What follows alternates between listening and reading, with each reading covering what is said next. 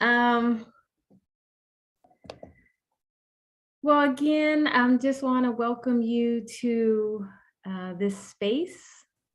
This is a collaboration between Haiti Heritage Center, St. Joseph's Historic Foundation, and Whistle Stop Tours. And we are celebrating Black Women's History Month today, Saturday, first Saturday of the month. And we are celebrating it with a history game. So I'd love to greet our participants. Camille, are you here with us? I see your name. If you're able to come off mute or drop something in the chat, it'd be great to greet you in person so I can know who my team members are. And I know we also have a representative of the Haiti Heritage Center with us, Quentin Talley. Y'all not gonna make me be alone. Okay, good. Don't make me be by myself here. Hey, everybody. Thank you for joining us for this wonderful game with Aya and Diggin History. Yeah, just thank y'all for being here. And yeah, I'm gonna let the ladies handle it. I just want to say you from one of the ladies, you are looking very sharp. I'm liking that hoodie. Well, thank you. Appreciate it. Nice. Yeah. Okay. So well, I'm gonna put up our very first question. And Camille, feel free to come on camera or drop something in the chat as you're able. So this is Diggin History. It is a history game, so it is going to require participation. So if you have a paper and pencil, any kind of writing utensils, if you want to get real fancy, you can make sure you have some art supplies like some markers or some old school Crayola crayons and some paper, and in order to play the game. It's not trivia, which is typically how people do history. Instead, I'm going to give you the history, and what you give back to this community of players is what the history means to you. And you can do that in a couple of different forms. So there'll be some discussion. There will be some invitations to do some writing, like poetry, and there'll be some invitations to do some embodiment, some movement, creating gestures and shapes and symbols with your body. So anyway, regardless of what we do or how we do it, it's going to be fun.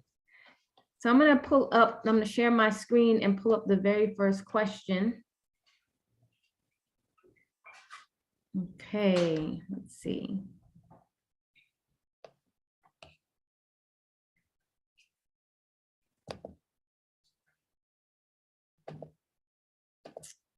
All right.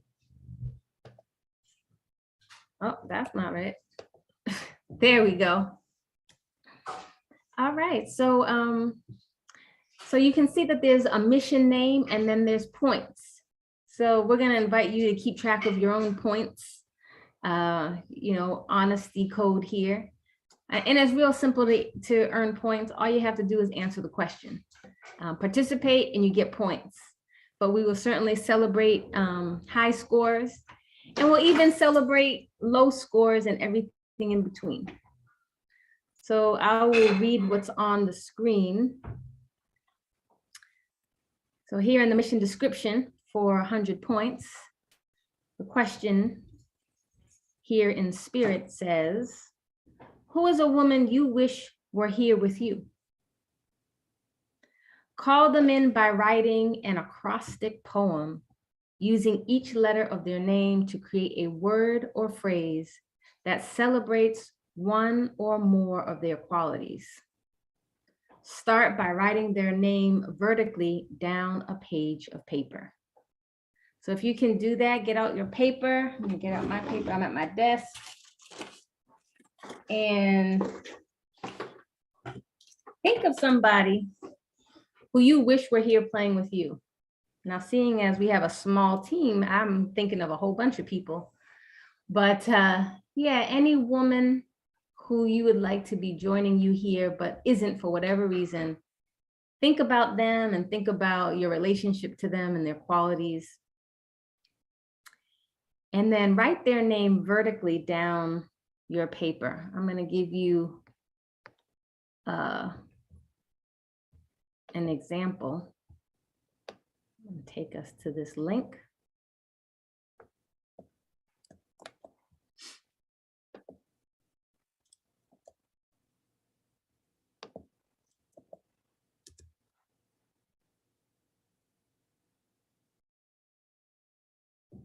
So here is an acrostic poem.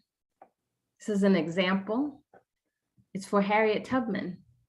And as you can see, their name is written vertically down the page, both first and last name. We're just going to do the first name. Keep it simple.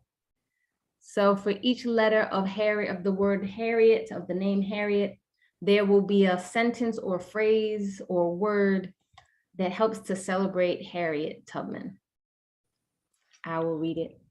Hopeful, even in times of despair, angered many slave owners, ran away from slavery, risked her life for others, inspires people through her courage and bravery, embraced her freedom, turned others' lives around.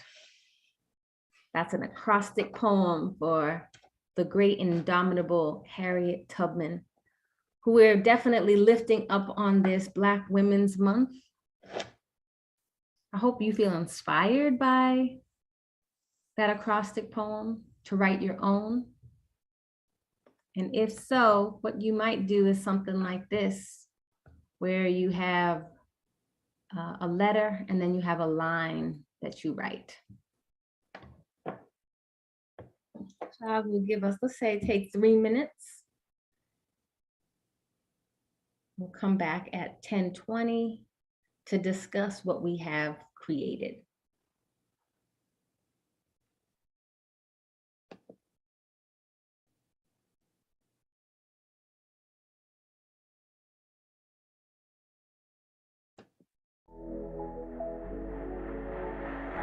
Number one. Well, you know I've been around all time. Oh. I give everybody the vibes on vibes. I make the people don't they lose their minds. I've been doing this all my life. When I want to beat, I set it on fire. And when I step in, I'll be right on time. I hope you're ready, we go jam all night. In any weather, whether rain or shine. You go and paza, paza. You better on your hazard. And then the money don't matter. Because the party don't scatter. You go and paza, paza. You better on your hazard. And now the money don't matter. Because the party don't scatter. Show them how them celebrate tonight. Celebrate tonight. Celebrate tonight. Show them how them go. Celebrate tonight. Celebrate you. Celebrate. We got the party on fire. We will never ever stop, no never. We the travel, we don't need no visa. From Lagos down to Atlanta. Oh, baby, now we celebrate. Got to jubilate. Oh, oh, baby, we celebrate. We must do jubilate. Yeah, yeah. You go and paza, paza. You better on your hazard. And then the money don't matter. Because the party don't scatter. You go and paza, paza. You better on your hazard. And now the money don't matter. Because the party don't scatter. Children how them celebrate tonight. Celebrate tonight. Celebrate tonight. Children how them go. Celebrate tonight. Celebrate you. Celebrate.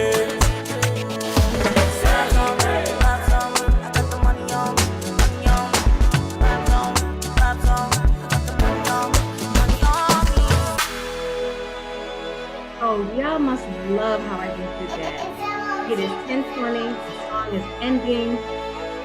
I have skills. I am amazed at my own skills. Okay.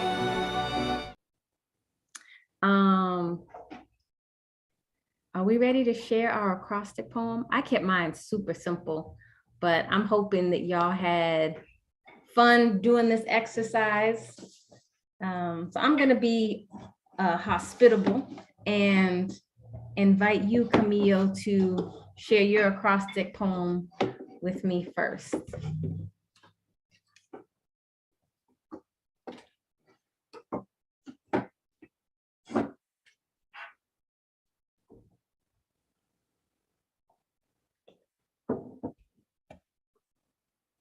And I can stop sharing.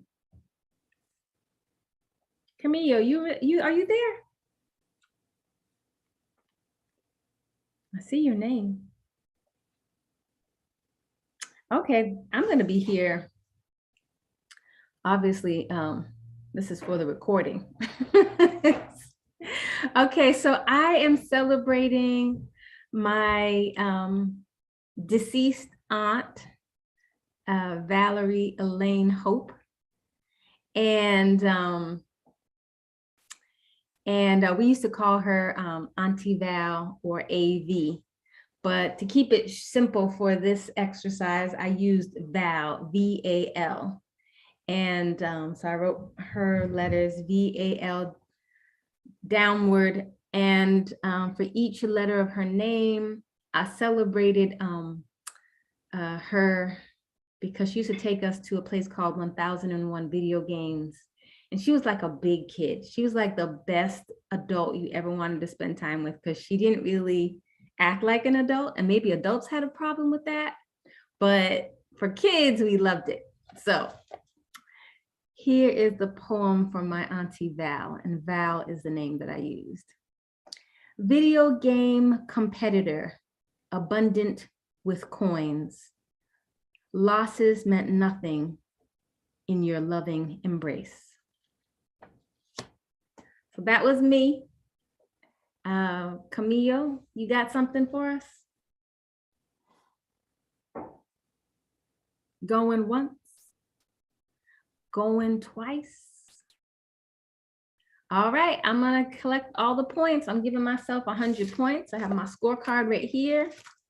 Boom, Aya gets 100 points. All right, we're moving on.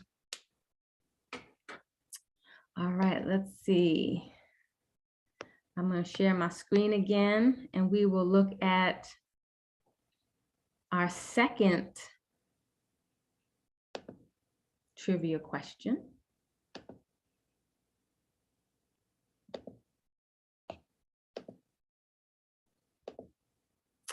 There we go. Hopefully y'all can see that. The name of this question is called Fix Your Crown, and it's worth 300 points.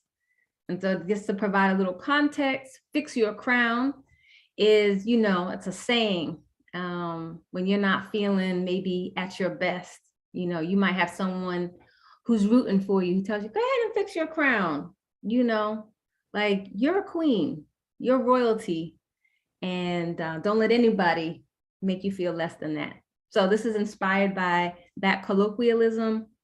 And so the question says, the Crown Act was passed by the US Congress last year. It stands for creating a respectful and open world for our natural hair. There were 11 congressional findings supporting the act, including 1, throughout United States history, society has used, in conjunction with skin color, hair texture, and hairstyle to classify individuals on the basis of race. 2, like one's skin color, one's hair has served as a basis of race and national origin discrimination. 3, racial and national origin discrimination can and do occur because of long-standing racial and national origin biases and stereotypes associated with hair texture and style. Show and or tell us about your crown, past or present, or past or current, and what it means to you personally. Well, thank goodness for the Crown Act. And I had no idea that it stood for creating a respectful and open world for our natural hair. I love it. And that could have been an acronym in an acrostic poem all in itself, right? But Camille, yes, let us hear from you. I'd love to hear what you have to say about this Crown Act.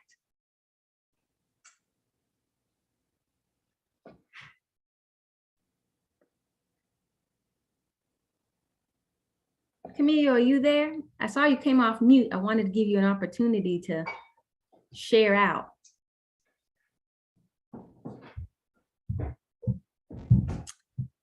All right, well, feel free to jump in whenever. I have to think about this, my crown. I've had a lot of different hairstyles in my life, a lot. And I'm so glad that I played with my hair when I had a lot of it, because now I'm in a new season. But even with that, what I'm rocking right now is really a short natural. And I love using my sponge.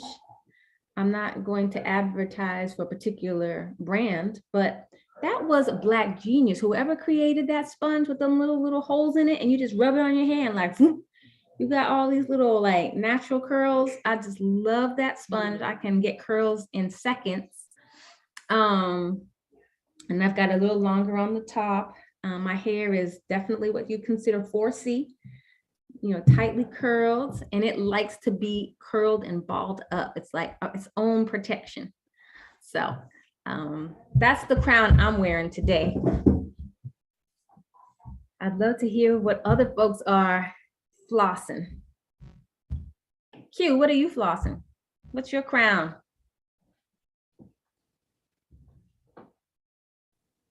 He knows I'm messing with him because he's keeping it super short. I was gonna say my crown is a bald head.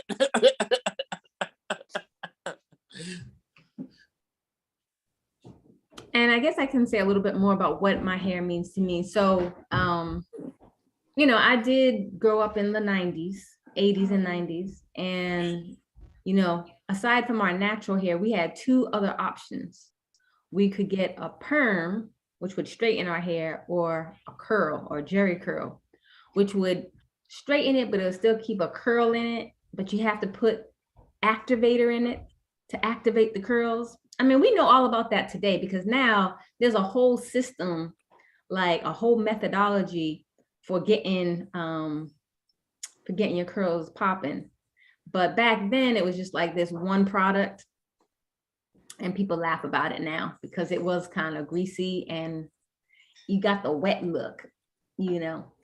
I never had a jerry curl. I had a perm, but it really wasn't healthy for my hair. I knew that. And so I had a lot of different natural hairstyles, from braids, extensions, afro. I had the what they call the Bantu knots, flat twist. Like I did it all and had a ball doing it. So my hair really has been a source of self-expression. It's how I have expressed myself. Now I do that more with my clothes and my earrings, but yeah, it's a form of self-expression, which I think is also a form of self-determination, that I get to name myself, speak for myself, and determine how I decide to present myself to the world.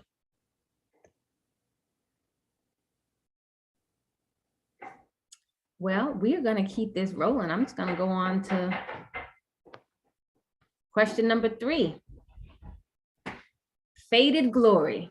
No, we're not talking about the hair fade. We're moving away from hair. I know we could talk about hair all day long, all year long, because that is just how amazing Black hair is. But we are actually going to talk about monuments. We're moving more specifically now into Durham's African-American history and the role that Black women have played in making that history. So it says faded glory worth 400 points. Oh, wait, I need to give myself, how many did I get for that last one? That was worth 300 points. So I got 100 for the first one. I get 300 for the second one. So I made up to 400 points.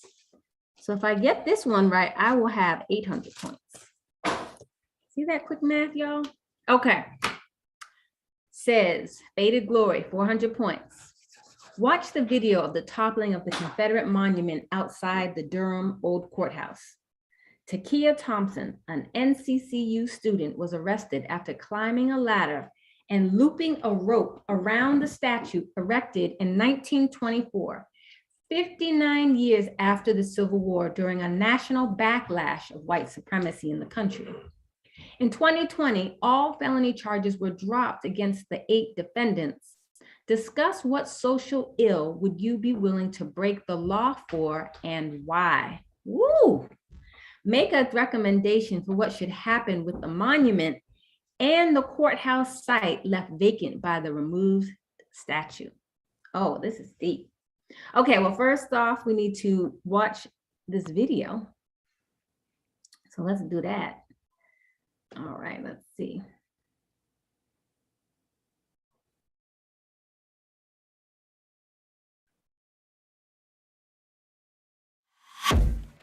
Feel like you're doing the work of 4 people? Which we don't need to With Monday.com Work OS. spend time on. Let's see.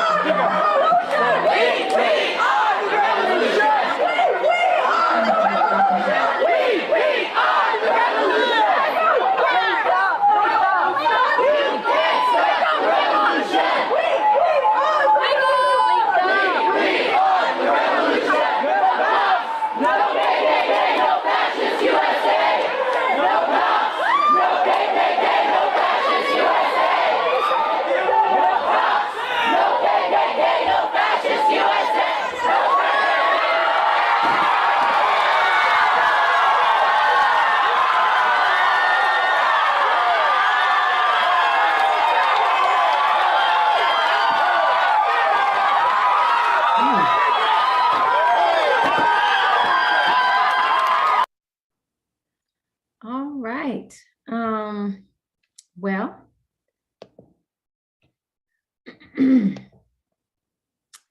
so that was the video. After the violence in Charlottesville this summer. So that was the video of the toppling of the Confederate monument in Durham. It was located at the old courthouse right downtown. We have a new courthouse, but the building is still there, and the site where the statue once was is still there. And so let's go back to our question and see what we are supposed to do next. So it reads, discuss what social ill would you be willing to break the law for and why?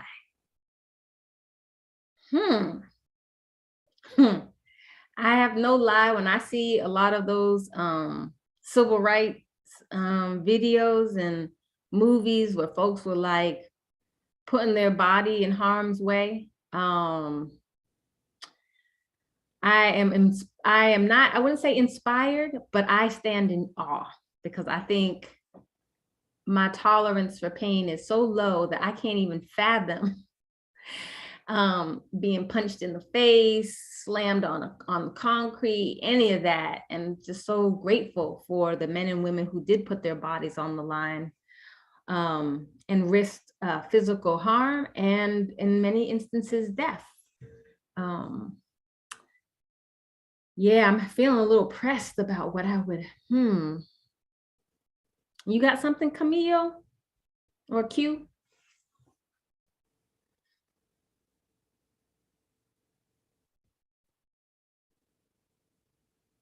You know what does make me angry though? I would say the housing situation here in Durham really makes me angry. So I would say, continued displacement of Black bodies, Black and brown bodies, as it relates to housing, which I think is a public health crisis. We know that unhoused people are at a higher risk for early death than people who do live in housing. So I might be willing to, I would definitely break the law for that. Okay, maybe I wouldn't, want to get hurt, but I would probably break the law to help ensure fair and equal housing for Black and brown folk. That's important to me. That's very important to me. And as for a recommendation of what should happen with the monument and the courthouse site, I feel challenged by that. As someone who is a preservationist, likes to preserve history, there's a part of me that kind of sees, these monuments as an opportunity to discuss and learn. But now that the site is vacant and it's just a pedestal, we still have some memory of what was there, because we still have the pedestal that says "in memory of the boys who wore gray." And actually, it's more ironic that it's empty, right? So that "in memory of the boys who wore gray" is like, yes, y'all are gone. Y'all are no more, because y'all were on the wrong side of history in the first place. So that's really interesting. I'm gonna go with, yeah, I think they should leave it just as is, with the removed statue, but keeping the pedestal that reminds us that there was a time when Durham and much of the country were on the wrong side of history and supported white supremacist ideas. We need not to forget that, because we could easily think that we're post-racial, and there's too much evidence in our communities saying otherwise. So that's what my answer is going to be. I was going to say a lot of those statues were erected not after after the Civil War. They were erected in the 1950s and 60s as a form of intimidation anyway. So that's why I feel like I'm with you. I'm big on preserving history, but in that case, they didn't have the it was in form of intimidation. They weren't trying to preserve history. No, they weren't. Yeah, I just want to add that 2 cents in there. No, that was more than 2 cents. That was a whole pocket full. And yes, and thank you for lifting up, when these statues were erected. So there was 2 waves of this kind of nationalist white supremacist backlash. There was the wave in the 1920s, which was also almost 60 years after the Civil War. And then again in the 60s and 70s, like you said, Q, that was even further removed. And like you said, it was in the face of civil rights movement that whites were trying to intimidate Black folks into second-class citizenship. Yeah. Not happening. No. Cool. Well, you get 400 points too, Q. Good job. I'll take them. All right. Well, I'm still in the lead with 800, so boom. I told you I was competitive.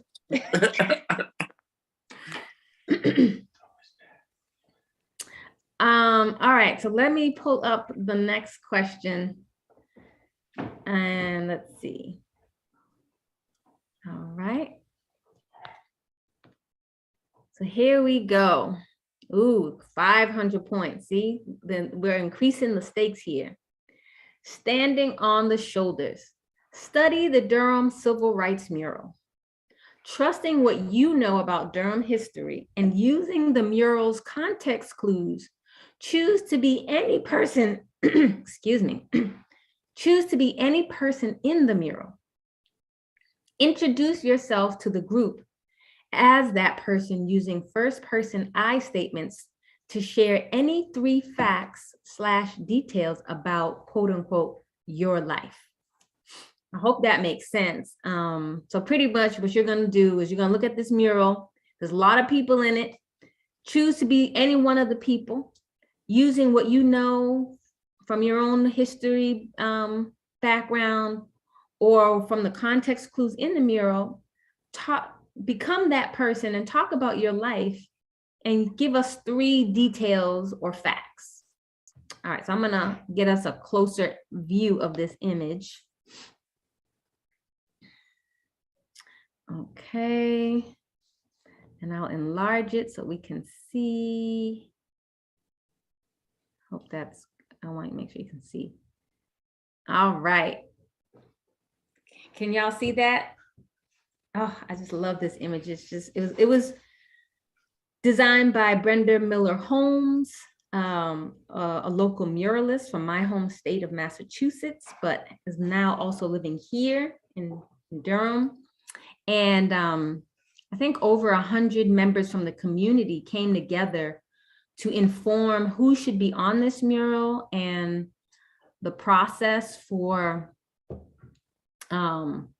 inviting community input storytelling.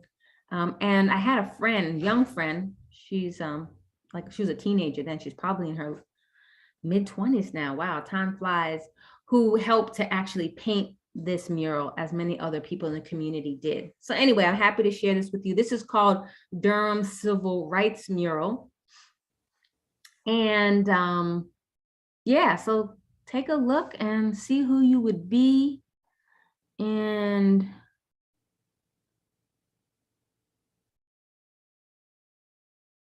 it's okay if you don't know their name, you know, it's not so much about knowing folks' name, although there are a few famous people in here, and I wonder if you know who those famous people are, but it doesn't, that's not a requirement. It's more putting yourself into history and making history come alive with your storytelling.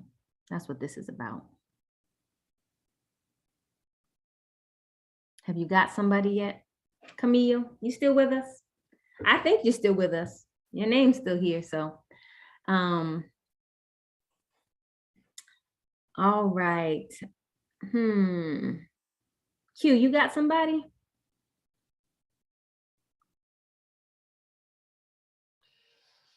I don't have anybody right offhand. You know, I'm new to Durham, so a lot of these folks, I'm sure I know them when the names are said, but just looking at faces, I don't see anybody that I know right offhand. Well, maybe who are you drawn to? What image are you drawn to? The guys up top. Okay. Yeah. Any one of them in particular? Who I assume would be the founders of Hayti, maybe.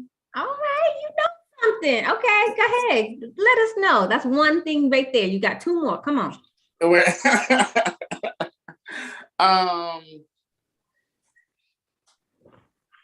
Yeah, that's all I got. Well, I love it. You are absolutely right. Those are the founding fathers of Hayti. Well, really Black Durham. Okay. They cover more than just Hayti. Yeah. Yeah. So I can just go ahead, since you mentioned them, I'll just, so starting all the way on our left over by the water tower, that is Stanford L. Warren, who donated money and land for the construction of Stanford L. Warren Library, which used to be Colored Library in Durham. And Colored Library started with Dr. Aaron Moore's personal collection of books in the basement of White Rock Baptist Church, and then donated them to form Durham Colored Library, which then became Stanford L. Warren Library when it moved closer to Umstead Street. And then next to him is, I think that is Professor Pearson, who was Durham's unofficial superintendent of schools, Black superintendent of schools in Durham, former principal or headmaster of the Whitted School, which was Durham's first high school. It only went up to the 11th grade, but finally added the 12th grade. Over by the chapel, Duke Chapel, there at the top is Julian Abel. He was a Black architect who designed Duke Chapel, which is an amazing, very Gothic looking cathedral on Duke's campus. Then you have John Merrick, founding and first president of Mechanics and North Carolina Mutual Insurance and Providing Association. Then you have Richard B. Fitzgerald, Durham's first African-American millionaire, leading brickmaker, became the first president of Mechanics and Farmers Bank, and just a all-around race man who built Black institutions. His bricks built many of the tobacco, well, at least the mill factories. Irwin Mills were made with his bricks. St. Joseph's AME Church was built with his bricks, as well as Emmanuel AME. Then you have Dr. Aaron Moore in the kind of in the middle-ish with the glasses. He was Durham's first African-American physician. His great-granddaughter, I believe, she just wrote a book about his life. He helped to found Haitian White Rock Baptist Church in Haiti, which I think is amazing. He was a missionary. He's also responsible for securing Rosenwald funds for Rosenwald schools, bringing education to rural students in North Carolina. I'm gonna skip over my favorite because I'm gonna talk about him more. That's gonna be my person, the gentleman holding the lantern. But to his right is the president of North Carolina Central University, Dr. James E. Shepherd. He started off as a pharmacist and a preacher. Originally, NCCU was National Training School in Chautauqua, turning out preachers, but it had evolved to North Carolina College for Negroes, and now North Carolina Central University, which was the first federally supported liberal arts institution, Black institution in the country. And then to his right is C.C. Spalding, who was the third president of North Carolina Mutual and Providing Association Insurance Company, but he really kind of put the Mutual on the map. He had a relationship with President Roosevelt. They would get on the phone together. He would ask C.C. Spalding about different issues. He was really kind of like a marketing genius in a lot of ways for the company. He, did a lot of things. Anyway, my person is going to be the gentleman in the middle, Louis Austin. I was born in Edenville, North Carolina, and I didn't take no shorts from nobody. When the Carolina Theater was segregated, instead of walking up the 91 flights of steps to the segregated balcony, I sat right down there in the middle on the floor. I paid my money just like everybody else. They called that balcony space the buzzard's roost, and I was no buzzard. And I started Durham's longest running African-American weekly newspaper, the Carolina Times, and our motto was the truth unbridled. Thank you very much. Thank you very much. I was being Louis Austin, the editor and founder of the Carolina Times newspaper. Camille, who are you? Literally, who are you? Because I am so interested to know who you are. You have been with us this whole time, but I have not heard a peep out of you.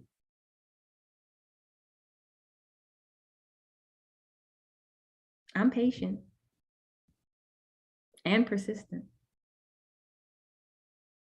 All right, we're gonna keep rolling. We're gonna keep rolling. Now on to our next question. Oh wait, I gotta give myself points. I am for real about these points, family. 500 and 800 is 1,300. All right, let's go. Okay. Civic duties. All right, so this is worth 550 points. Best witted on the far right. There's a little picture there. Let me see if I can make it there. There she is. Best witted over here on the far right. Oh, love me some best witted. Okay.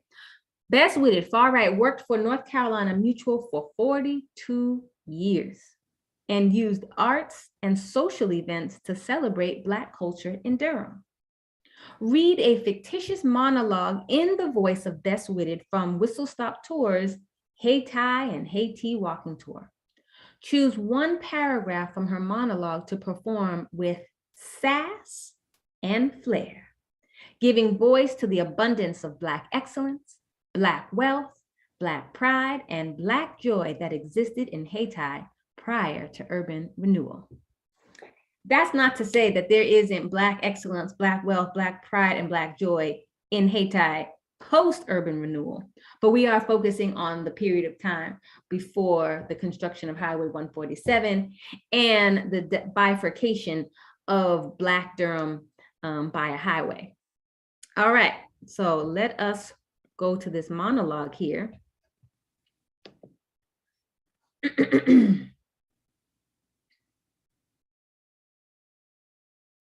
So here's the whole monologue. And we can perform any part of it. And then if we wanted to, I had broken it into different paragraphs. So you could take one paragraph or another and perform it. So I think I might just perform the whole thing. Unless y'all stop me. Okay. Here we go, best witted. So I have to do it with sass and flair, celebrating Black excellence, Black wealth, Black pride, and Black joy. Okay, let me see if I can conjure all that up and bring you some best witted. When I came up to Durham to work for the Mutual in 1907, I was one of the company's first female employees. Back home, I was known as a math whiz, even graduated from Barber Scotia Seminary. But at the Mutual, it was my penmanship that got me in the door. All of clerks, ladies, started as clerks. I worked my way on up from cashier to chief bookkeeper to a long-awaited promotion in 1949 as chief bookkeeper, no, as assistant treasurer cashier. Did y'all do the math on that? That's 42 years of service. More money passed through these hands than any other woman in the country.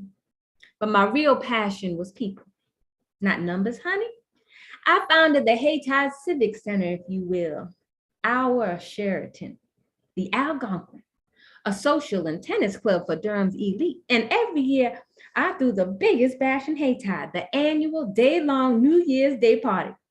Now, I never need an excuse to have a good time, honey, but Emancipation Day was a good one. Thank you, Mr. Lincoln. There'd be food all day long and drinks. We would dance and play cards, honey. Just about everyone was there, including the most upstanding church member in all of Durham, Mr. White Rock Baptist Church himself, my employer, Mr. C.C. Spalding. He demanded that all his employees find themselves in the house of the Lord every Sunday. Every Sunday? Come on, after one of my parties, who could get up that early?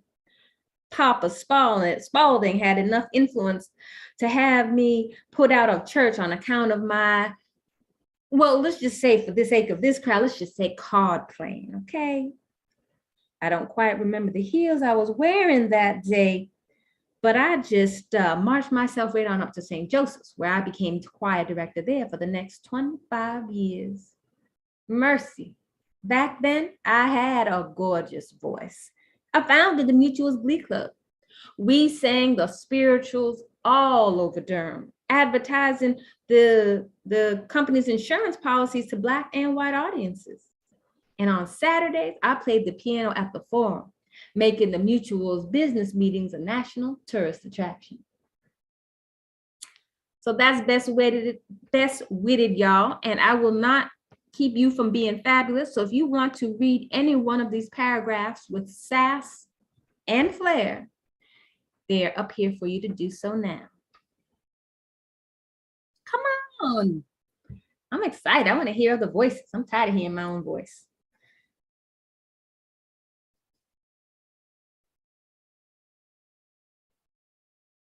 Okay, that's all right. I'll collect all the points for myself. And let's see, adding another, how many points did I get? 550. Oh my goodness, now the math is getting challenging. 550 and 1300 is 1850. All right, here we go. Next question. Invisible leadership, 600 points. Since the early 1900s, women at North Carolina Mutual Home Office were always more educated than the men, though not equally recognized or compensated. Once women were allowed to work in the field as agents during World War II, they dominated. Miss Viola Turner is responsible for expanding North Carolina Mutual's portfolio to include mortgage investments. She was also the first African-American woman to participate in the New York Stock Exchange. After 44 years, Miss Vi became the first female vice president in the company. Think of one of your successes. Write a thank you note to a Black woman who helped make your success possible. Ooh. Think of one of your successes and write a thank you note to a Black woman who helped make your success possible. Okay, so we're gonna listen. So while we'll listen and we'll write at the same time. So you think of somebody who, think of your success and somebody, a Black woman who helped to support that success while we listened a little bit to Viola Turner. Okay, I'm gonna start that video. Let's see if we can get this to play.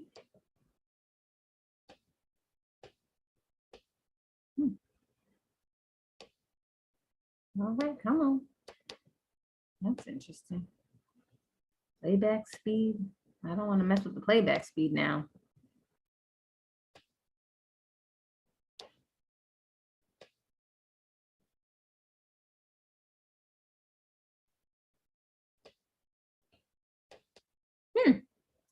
For some reason, the playback is not working. It was working earlier today. Let me just refresh my screen one more time. Maybe I did something when I started pressing all these buttons.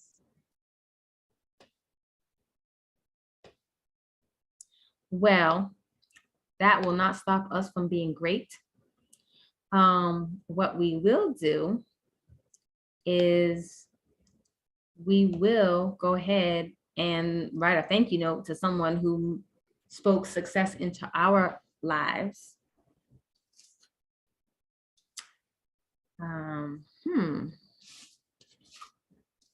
Not that there aren't plenty of people in my life. I'm just, need to think of who this particular thank you note will be to.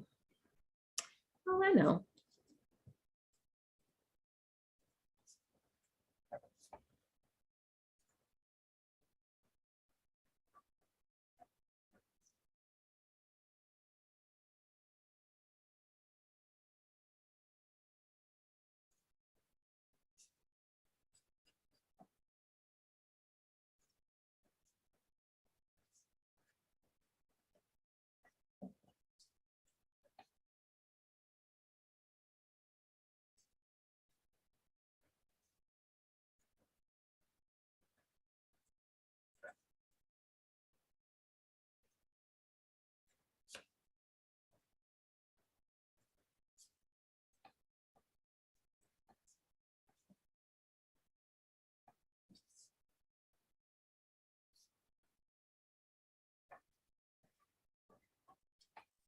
Let's take another minute.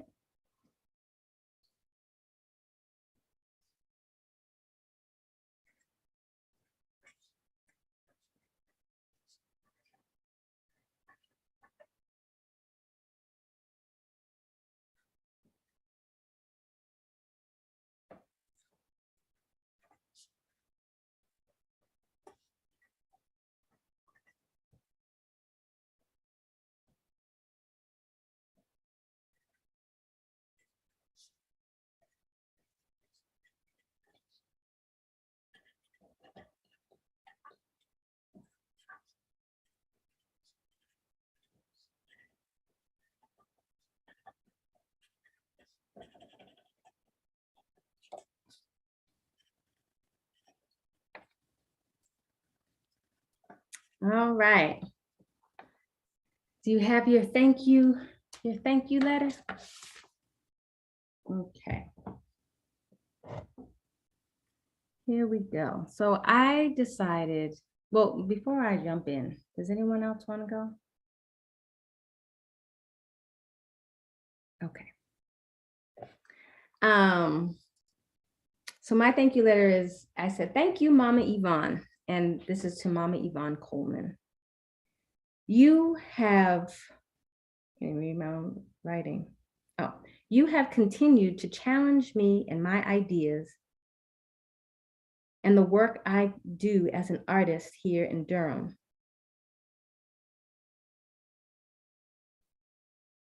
Oh, you encouraged me to apply to the Durham Cultural Advisory Board and to seek the support of our elder leaders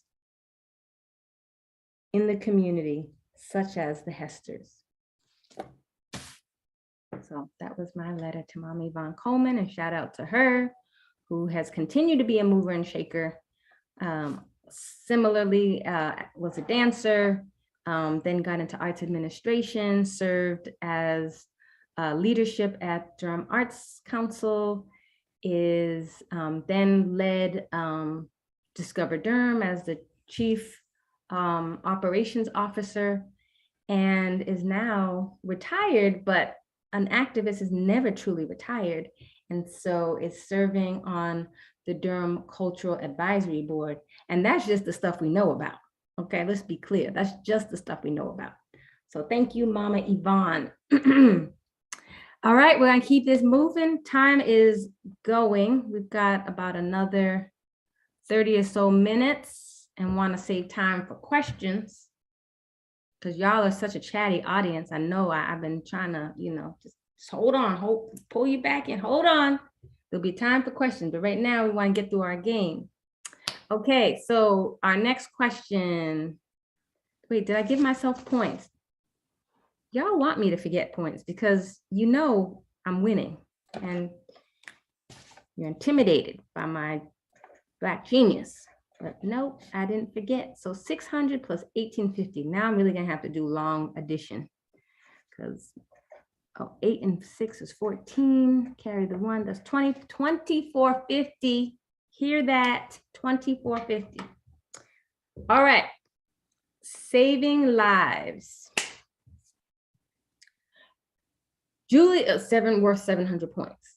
Julia Latta established the nursing school at Lincoln Hospital in 1903 and served as director of nursing until 1910. She was Durham's first African-American public health nurse. Her successor, Miss Patty Carter, increased the 2-year nursing program to 3 years in 1911 and oversaw the decrease in infant mortality from 400 deaths per 1,000 to 160 deaths per 1,000 by 1930. Miss Patty Carter retired in 1948. During COVID, Black women made up the majority of frontline workers providing support to healthcare patients, community elders, and family members. Name one way you can give back to an incredible Black woman in your community. What would change as a result of your action? This is interesting. Name one way you could give back to an incredible Black woman in your community. What would change as a result of your action? Well, one, I want to show you this nursing monument at Lincoln. That's right out there in front of what used to be Lincoln Hospital. It's now Lincoln Health Clinic. But this oil lamp is kind of a universal symbol for nursing, for nurses.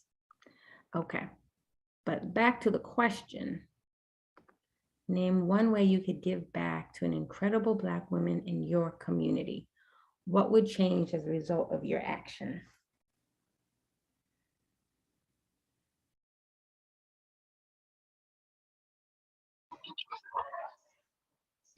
Hugh, you got something?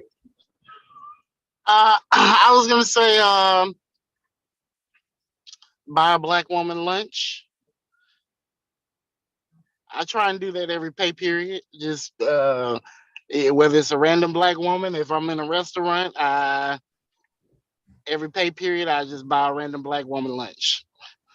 Can I be a random Black woman that gets you can? Just let me know where I can just randomly show up and be a random Black woman who's hungry. I got you. That is incredible, Q. Oh my goodness, I hadn't. Wow. Okay, you kept it real basic and so impactful. So tell me, what has been the response when you've done this for Black women? Very appreciative for one. And just a surprise, like they're very surprised that somebody would want to buy them lunch without wanting anything, pretty much. Yeah, I was wondering, do they think you're hitting on them? Yeah. Some of that, but no, it's just literally just buying a Black woman lunch because, and especially they have kids. I definitely try and, if they have kids with them, I try and treat the kids too, or whatever they're buying. Mm-hmm. Yeah. You might have to be like, okay, that woman got 6 kids. No, that woman got 2. Yeah. I can do 2. Yeah, we do have to decipher sometimes. Wow, that is really amazing. I might have to adopt that practice. That is amazing. Cool. Well, we're gonna leave it there because I know I can't top that. That is, yeah, we're just gonna leave it right there. Nice. Well, I'm not gonna give points for that one. Oh, okay. I hope you've been keeping track. You get another 700 points. So 7, I think you had 4 before. So 7 and 4, 1100. Yeah, I got 1100. Yep. All right. Okay. Well, what do you do? Well, what do you do? Nothing that great. But let me see. So, one thing I do related to food, thank you, this actually jogged my memory, is I go to different food pantries and I pick up groceries for elder women in my neighborhood who can't get out, like who I know don't have transportation and, kind of are limited in terms of where they can go in their mobility. And so oftentimes it's like really good organic, fresh fruits and vegetables from like local Black farmers. And sometimes it's like more canned goods and stuff, but either way, I always drop those bags off. And yeah, so that's one thing I do. And let me see, as a result of that action, what would change? I hear elders oftentimes, shake their head at younger generation and, say, we're either unappreciative or, we don't know our history or we don't respect our elders. And I feel like that action, while it also puts food on their table and hopefully is nourishing to their bodies and all that, I think the lesson that my kids see, for no other reason, just because it's the right thing to do. It's a nice thing to do. My kids see that. And so maybe they might do that. I can't promise you, but maybe when they're older, they might take that up. And also a lot of these women are grandparents. So, sometimes the grandkids are there, sometimes they're not. But I wonder if she tells them like, oh yeah, that's just my neighbor. She just decided to bring me, food. So I don't know. I think it's modeling. Yeah, definitely. Yeah. Thanks for asking, because I was stuck. I was like, do I do anything? But I do. Okay. Well, now I get to have my points. There we go. Yes. So that's 11. Okay, 3150. Woo. All right. Moving along. Okay. Mary Pauline Dame. So this is called Play, Passion, Purpose, 800 points. Mary Pauline Fitzgerald Dame, Polly Murray's aunt, began teaching African-American children and adults at the age of 14 at the West End Graded School and then at Lyon Park for over 40 years.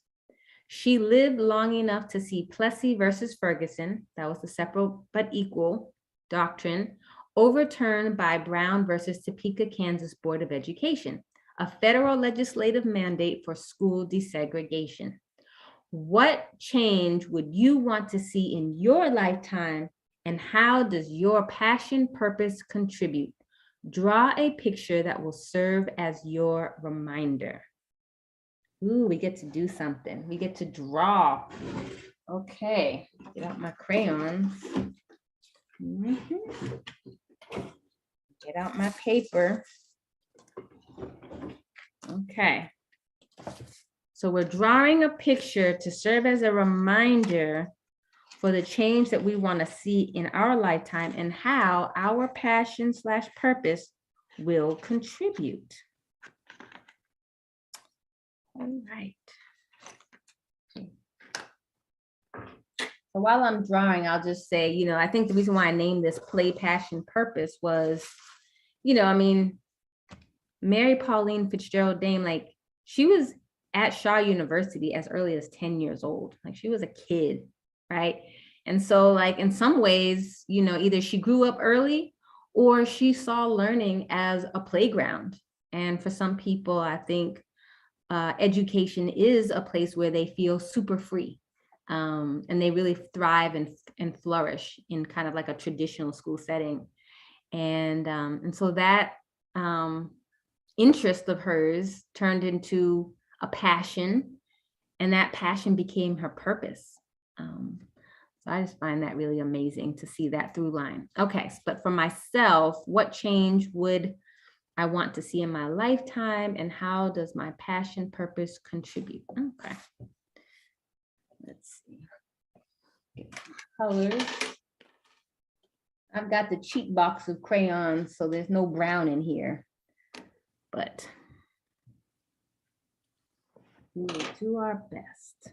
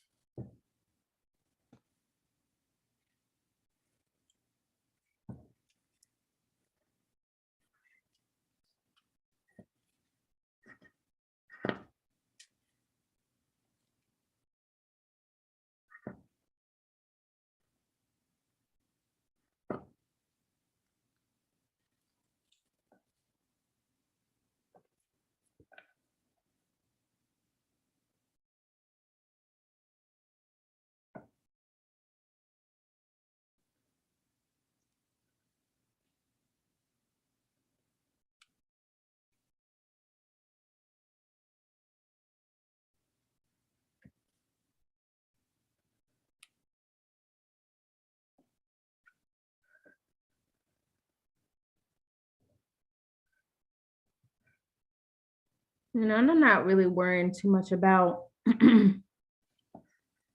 my drawing skills. I'm more focused on the feeling as I bring my ideas to the page.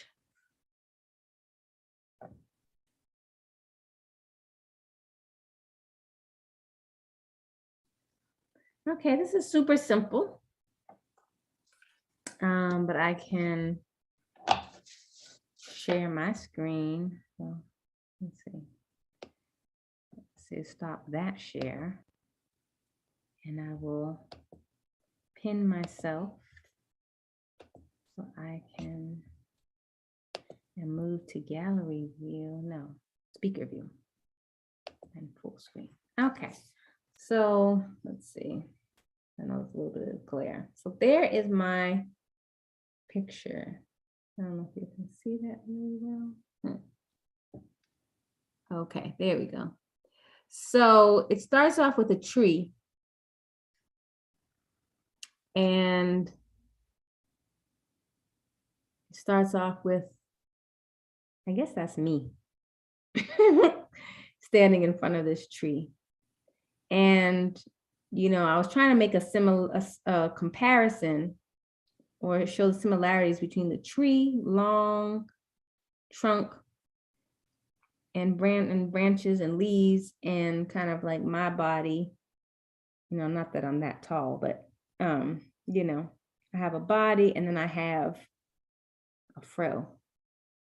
And just recognizing the connection that that I would like for us to better acknowledge between ourselves and nature. that we are nature and that we're inextricably connected to the health of the planet, and our health. And obviously that has to do with, climate change, but also like the wisdom that we learn from being in nature, right? We could be so much healthier. We could be so much more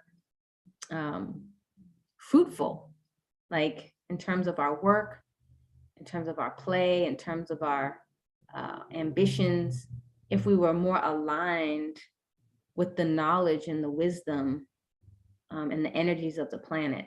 So that's something that I wish for. Q, I know you might have to go soon, but I wonder if you had something.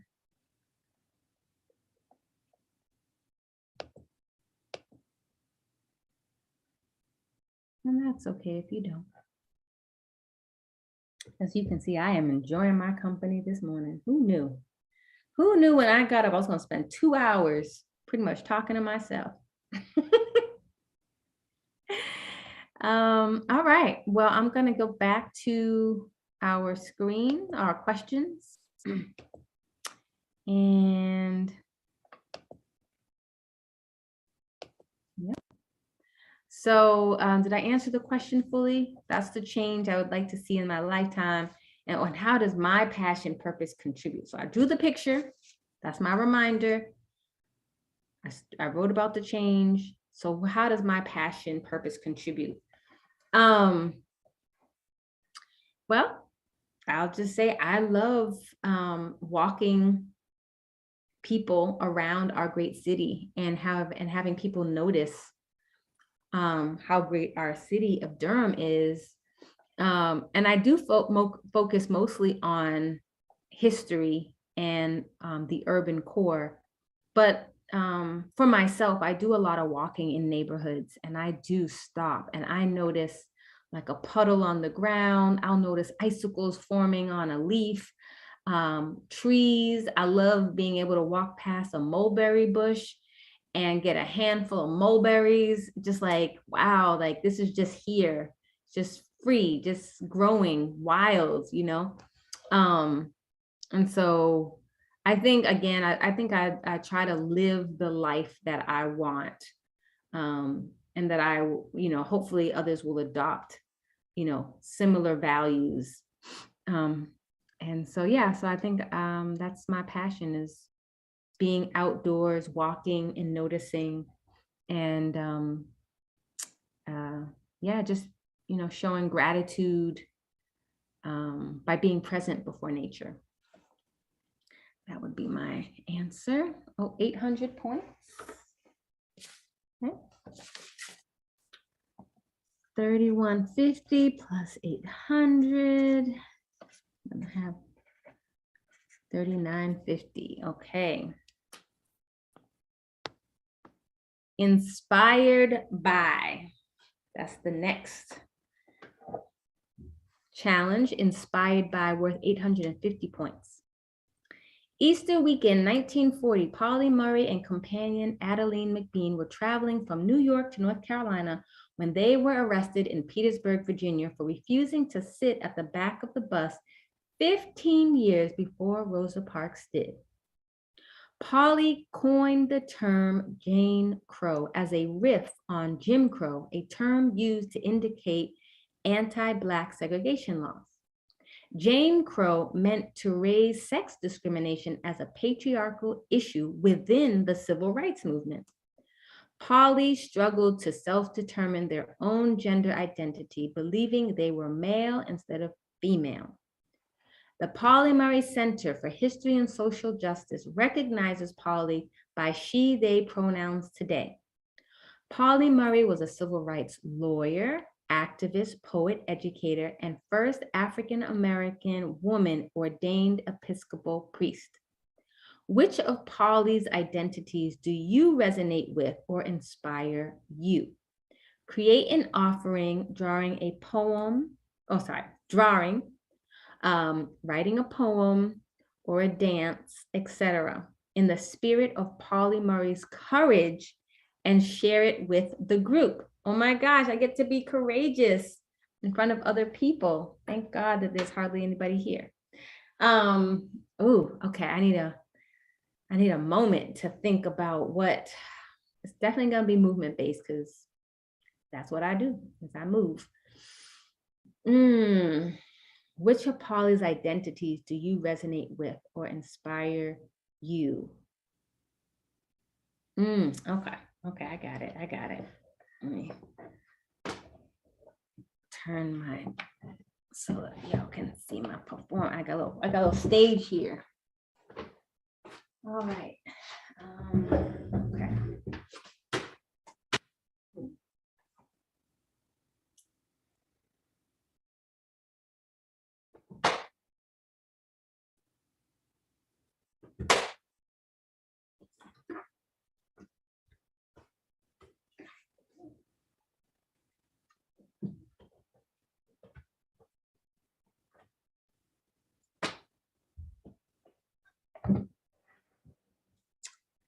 So I'll just share a few lines because that was fairly abstract. Who knows what that was? But I grew up playing a lot of sports. I love sports. Was a very competitive athlete, and to the point where like I didn't understand why I couldn't play football. I mean, like American football. And so I joined a local, when I was a high schooler, I joined the local city Pop Warner Football League and played football. And aside from getting hit, I loved the sport, but did not appreciate or enjoy being tackled. I endured it, like I did it, but it just wasn't, I felt like it was an unnecessary piece of the game. And that might have had to do with my own biochemistry. Like maybe I don't have enough testosterone to sustain me in a sport like American football. But yes, I was doing a dance on behalf of my courage, my own courage to be the only girl on an all boys football team. And the positions that I played safety, because I was fast. And I could catch too. But yeah, so that was my dance, and that was my story that went with my dance.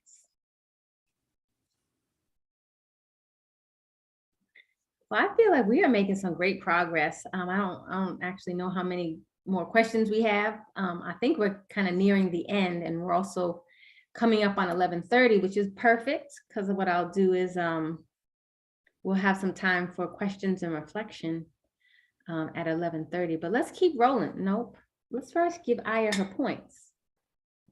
That we will not miss. So that's 850 points. Okay. Doing my long division here. No, my long addition. Okay, 4,800 points. I feel so good, feel so proud. All right, let's move on. Oh, and that's a picture of Polly Murray. There they are. And I kind of patterned my hair, kind of like Polly, except I got my part on the right side. Did I make it a little more visible? I need to head to the barber, get to the barber shop, do my part a little bit. But anyway, taking a little inspiration from Polly there. Okay. Oh, I love this one. So, okay, this mission is called Always in Motion. And this is worth 900 points. Black women are masters at adaptability and disguise, but sometimes we just need to be still. Study this painting from the Nasher's Museum collection. Consider how there's motion and life even when Black women are at rest. Amen. Choose one symbol from the painting and decipher its meaning. Using your body, activate the symbol by creating a repeating movement gesture. We get to move again. We get to move again. All right. I'm going to click on this link, which should take us to a document where we can see this photo a little better. Ooh, okay. So yes, the name of this piece is called Flux. All right. I'm studying this image. So like this golden background. This woman is wearing red or kind of a orangish color. She's sitting. And I say she, but I don't actually know that they are sitting. They have on earrings. And they've got a bunch of stuff all hung around their neck. There's a clock. There's some sort of a statue, some kind of wooden carving. There's some sort of, maybe a radio. One of them old school radios. I don't know what that thing is. I'm gonna guess it's a video camera, but I don't know what it is. Is it? Okay. There seems like be a relationship here between these items. And then they've got a Sankofa bracelet. And they've got some kind of a ring on. Let me see if I can zoom in. I can't zoom in a little bit more, but they've got a ring on.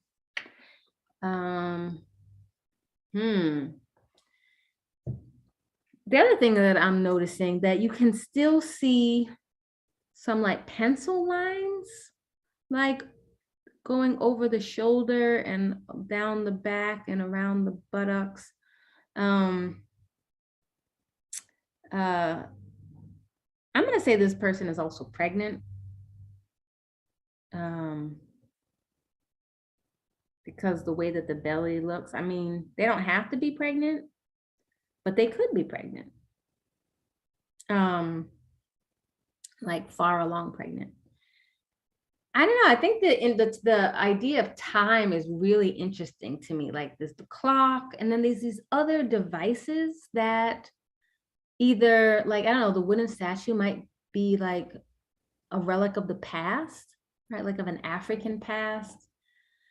The radio, I'm not quite sure about that. Maybe it's not a radio, but like, let's say that is a recorder, a video recorder, like the idea of capturing the passage of time. And then the Sankofa bird, you know, which we know is to go back and fetch it. So the idea of like returning to a time past and learning those lessons and bringing forth those lessons into a future moment. So, okay, so what's the question again? So we've done all the investigation. Oh, right. Choose a symbol. Okay. And, okay, let me go back to the question because I actually don't remember what it was specifically. Choose one symbol from the painting and decipher its meaning. Using your body, activate the symbol by creating a repeating movement gesture. Okay.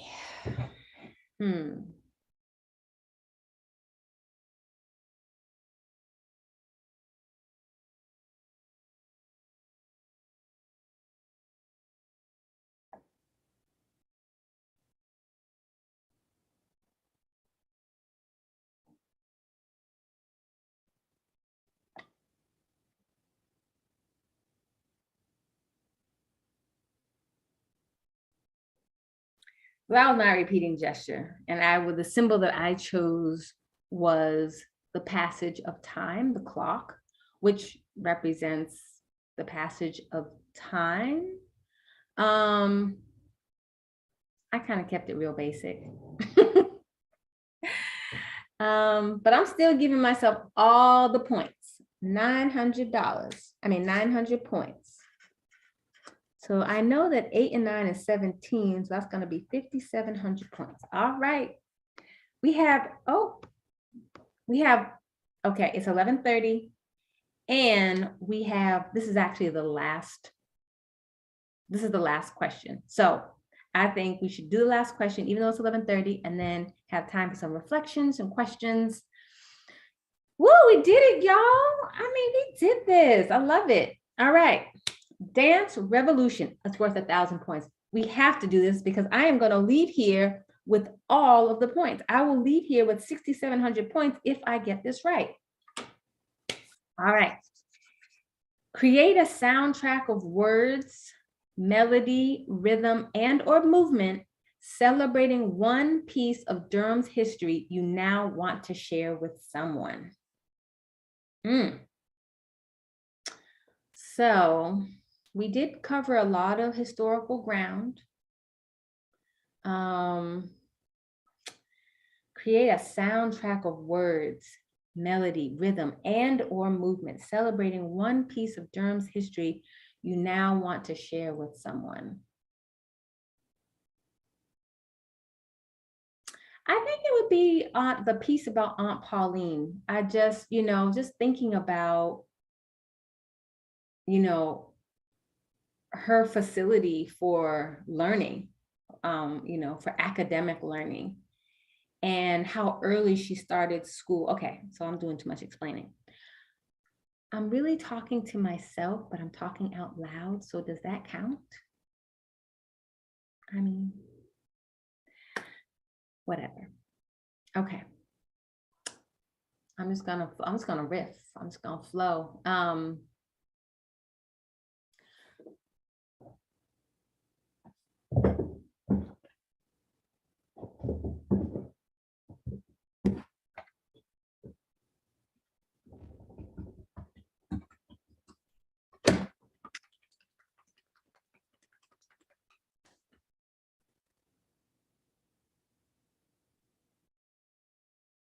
Yes, Pauline.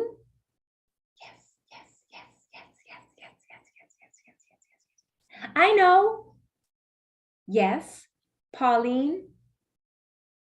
You're too young. Why are you here? You shouldn't be here. We don't have enough money for you to continue your education. Go to school, teach school. The community needs you. You're a race woman. Wow, you just got to see some serious vulnerability right there, y'all. Like, that came out of me. It is a soundtrack of sounds and words and movement. And I got a chance to share it with you. So thank you all so much for being a witness to this moment of learning and investigation and vulnerability and doing, right? We're doing something with this history, which is so super important. So we have completed our game. I'm going to stop sharing my screen. And gosh, what else do I want to say? Well, thank you for tuning in to this segment of Black Women's History Month with Whistle Stop Tours and the Hayti Heritage Center. I wonder if there are questions. I'm not monitoring the YouTube chat, if there even is one, but if you have questions, please put them in the chat. Probably Q will find them, and maybe we'll be able to follow up with you at another time. Also, you can learn more about Whistle Stop Tours by contacting me at Aya, A-Y-A, at whistle-stop tours, it's one word, .com. I'm doing tours, public tours every Saturday. Well, no, that's a lie. Every first and second Saturday. First Saturdays are the Hayti tours. Second Saturdays are the Pauli Murray West End neighborhood tours. So the next tour will be next Saturday, March 12th. In person. We are back in person, y'all, after 2 full years of being pretty much virtual. So we're back in person. We'll be meeting at the Pauli Murray Center at 906 Carroll Street. You are welcome to join us. You can get tickets online at Eventbrite. You can also go to the Pauli Murray Center website and find the tours and find tickets, or at least links to tickets there. So I hope to see you all in person for another opportunity to be together and learn together and make our communities, our African American communities, safe, safe places for the existing residents. Yeah, I guess that's it. I'm gonna stop rambling. But it was really beautiful to spend this time with you again. I am Aya Shabu, and I will see you next time. Bye.